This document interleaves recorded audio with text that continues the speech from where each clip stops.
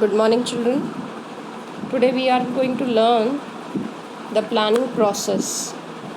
Planning process क्या होता है, हमें ये सीखना है, यानी कि what are the steps involved in making a plan. जब हम कोई प्लान बनाते हैं और उसको इम्प्लीमेंट करते हैं तो उसमें क्या क्या स्टेप्स इन्वॉल्व होते हैं. As you can see on the screen, there are 7 steps. 7 steps जो है उनको हम एक बार पढ़ लेते हैं, देन उनको हम डिटेल में पढ़ेंगे. जो फर्स्ट स्टेप है that is setting objectives. Next step is developing premises. After developing premises we have to list the various alternatives. Then fourth step is evaluating alternative courses of action. Then fifth step में we have to select an alternative. Then implement the plan and the last step is follow up. इन सारे steps को, मतलब कि जब भी हम planning process करते हैं तो उसमें बेसिकली 7 स्टेप्स इन्वॉल्व होते हैं. Let us go through each step in detail. जो फर्स्ट स्टेप है दैट इज़ सेटिंग ऑब्जेक्टिव. अगर आपको याद हो तो मैनेजमेंट का फर्स्ट फंक्शन प्लानिंग था. प्लानिंग में हम करते क्या है, प्लान बनाते हैं. तो प्लान किस चीज़ के लिए बनाना है, प्लान बनाने के लिए कोई ना कोई ऑब्जेक्टिव होना चाहिए. तो वो ऑब्जेक्टिव सबसे पहला काम है प्लानिंग प्रोसेस का कि आपको पहले एक ऑब्जेक्टिव सेट करना है. तो यहाँ देखिए, the first and foremost step is setting objectives. Objectives are the end result which manager wishes to achieve. They must be specific and clear. Every organisation must have certain objectives. Objectives may be set for the entire organisation and for each department or unit within the organization. They give direction to all departments. If the end result is clear, it becomes easier to work towards the goal. यहाँ पे आपको ये बताया गया है कि हम objective को सेट करते हैं.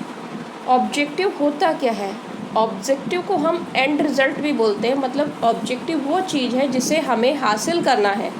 तो अगर हमें ये क्लियर है, मैनेजर ये इस चीज़ को क्लियर कर देता है कि हमें आखिर हासिल क्या करना है, हम क्या अचीव करना चाहते हैं, तो अगर हमें ये चीज़ें क्लियर हो जाती है तो हमारे लिए काम करना काफ़ी इजी हो जाता है. ठीक है. नाउ ऑब्जेक्टिव सेट कैसे करना है. अगर हम पूरे ऑर्गेनाइजेशन, एंटायर का मतलब होता है पूरा ऑर्गेनाइजेशन, अगर हम पूरे ऑर्गेनाइजेशन को देखें तो उसके लिए ऑब्जेक्टिव सेट किया जाता है. देन ऑर्गेनाइजेशन में बहुत सारे डिपार्टमेंट्स होते हैं. फिर हम क्या करते हैं, उन डिपार्टमेंट्स के लिए भी हम ऑब्जेक्टिव सेट करते हैं. फिर उस ऑर्गेनाइजेशन में बहुत सारे लोग काम कर रहे होते हैं, कई बार उनको भी हम स्पेसिफिक टारगेट देते हैं. तो जब सब लोग मिलके काम करते हैं तो हम अपने ऑब्जेक्टिव को अचीव करने की कोशिश करते हैं. यहाँ पे एग्जाम्पल देखिए. एग्जाम्पल में लिखा है an objective of increasing sale by 20% in next quarter. ये हमने अपना ऑब्जेक्टिव रखा कि इस साल हम अपनी सेल को इंक्रीज़ करेंगे 20% से नेक्स्ट क्वार्टर में, यानी अगले 3 महीने में. तो अब इसके लिए आपको आगे की एक्टिविटीज़ प्लान करनी होंगी. So this was the first step, setting objective. Let us move ahead and see the second step. Second step is developing premises. Developing premises. Premises का मतलब क्या होता है, पहले हमें ये समझना होगा.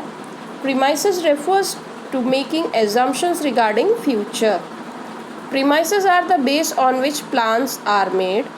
Forecast is the technique of gathering information. Common forecasts are made to find out demand for a product, change in government policy, tax rate, competition, etc. सबसे पहले हम प्रीमाइसेस का मतलब समझेंगे. प्रीमाइसेस का बेटा बहुत सिंपल मतलब होता है फोरकास्ट करना, एज्यूम करना.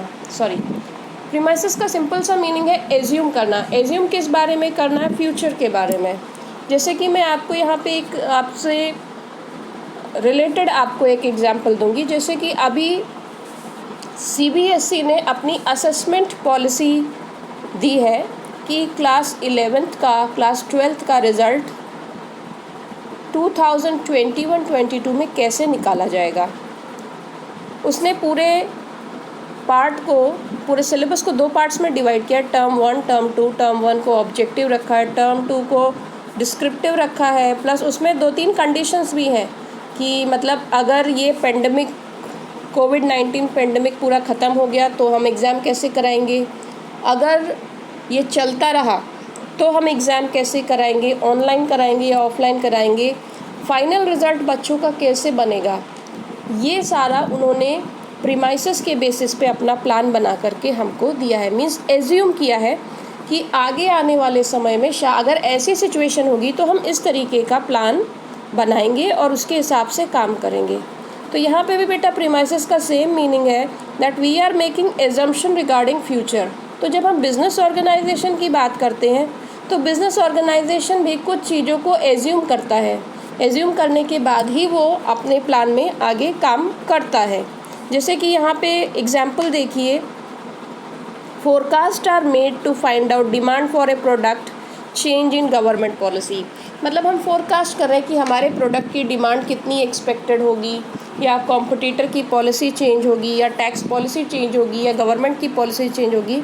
इस बारे में एक एजम्पशन लेकर के फिर हम आगे प्लान बनाते हैं। Now comes the third step, listing the various alternative for achieving the objective. ये बेटा थर्ड स्टेप है। यहाँ पे क्या करना है, आपने ऑब्जेक्टिव सेट कर लिया, आपने एज्यूम भी कर लिया। आफ्टर मेकिंग एजम्पशन अभी क्या है, उस ऑब्जेक्टिव को अचीव करने के लिए आपके पास कौन कौन से ऑप्शंस हैं उन्हें लिस्ट आउट करना है। लिस्ट आउट करना है मीन्स उनको फाइंड आउट करना है और एक जगह लिख के रखना है। एक काम को करने के बहुत सारे तरीके होते हैं, तो हम क्या करेंगे, उसकी लिस्ट बना लेंगे। ठीक है, तो वही चीज़ है listing the various alternative for achieving the objective. इसको देखिए ध्यान से। Once objectives are set and assumptions are made, the next step is to identify all possible alternative courses of action to achieve the objective। यहाँ पे example देखिए, जैसे कि हमने बिजनेस का ऑब्जेक्टिव रखा इंक्रीजिंग प्रॉफिट।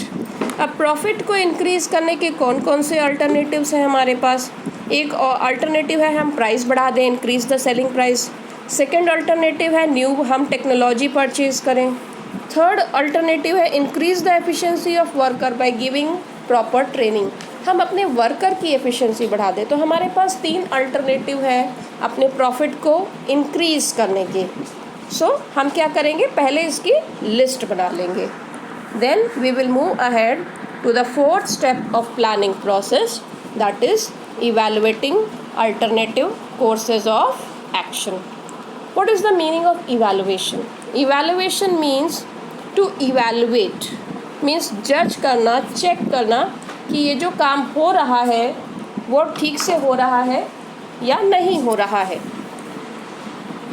उसके प्रोज एंड कॉन्स दोनों लिख के रखना है। मीन्स जो भी आपने ऑप्शंस चूज़ किए हैं उसका पॉजिटिव इफ़ेक्ट, उसका नेगेटिव इफ़ेक्ट, दोनों एस्पेक्ट आपको चेक करने हैं। जैसे आपका इवैल्यूएशन होता है, टेस्ट वगैरह होते हैं, तो इससे हम ये जान पाते हैं आपने कितना सीखा। तो इसी तरीके से जो भी अल्टरनेटिव्स आपने ढूंढ के रखे हैं हर एक को चेक करना है कि कौन ज़्यादा फ़ायदेमंद है, किस में कॉस्ट कम आएगी, बेनिफिट ज़्यादा निकल के आएगा। इवैल्यूएट करना है सभी अल्टरनेटिव को। After evaluation what is the next step, selecting an alternative. हमने उसके मेरिट्स और लिमिटेशंस को इवैल्यूएट कर लिया। अब क्या करना है, जो बेस्ट वन है उसे सिलेक्ट करना है। See here, after analysing the merits and demerits the most appropriate alternative is selected. This is the real point of decision making. The best plan is to be adopted and implemented. यहाँ पे जो सबसे अच्छा plan है, जैसे एक काम को करने के तरीके तो बहुत सारे हैं लेकिन उनमें से कोई एक ही शायद बेस्ट होगा, तो उस बेस्ट वाले को हमें चूज़ करना है। जैसे हमने ऊपर अपना एग्जाम्पल में देखा था कि हमारा ऑब्जेक्टिव है अगर सेल को इंक्रीज़ करना, तो सेल को इंक्रीज़ करने के हमारे पास 3 ऑप्शंस थे, तो हमने उसमें जो बेस्ट वाला था उसको सिलेक्ट किया कि purchasing new technology machine will be the best solution. अगर हम न्यू टेक्नोलॉजी को परचेज़ करते तो उससे हमें सबसे ज़्यादा बेनिफिट मिलेगा। So after selecting a plan what we have to do next, plan तो सिलेक्ट कर लिया, अब आगे क्या करना है, आगे हमें प्लान को इम्प्लीमेंट करना है। So here comes the next step, that is implementing the plan. इसको देखते हैं।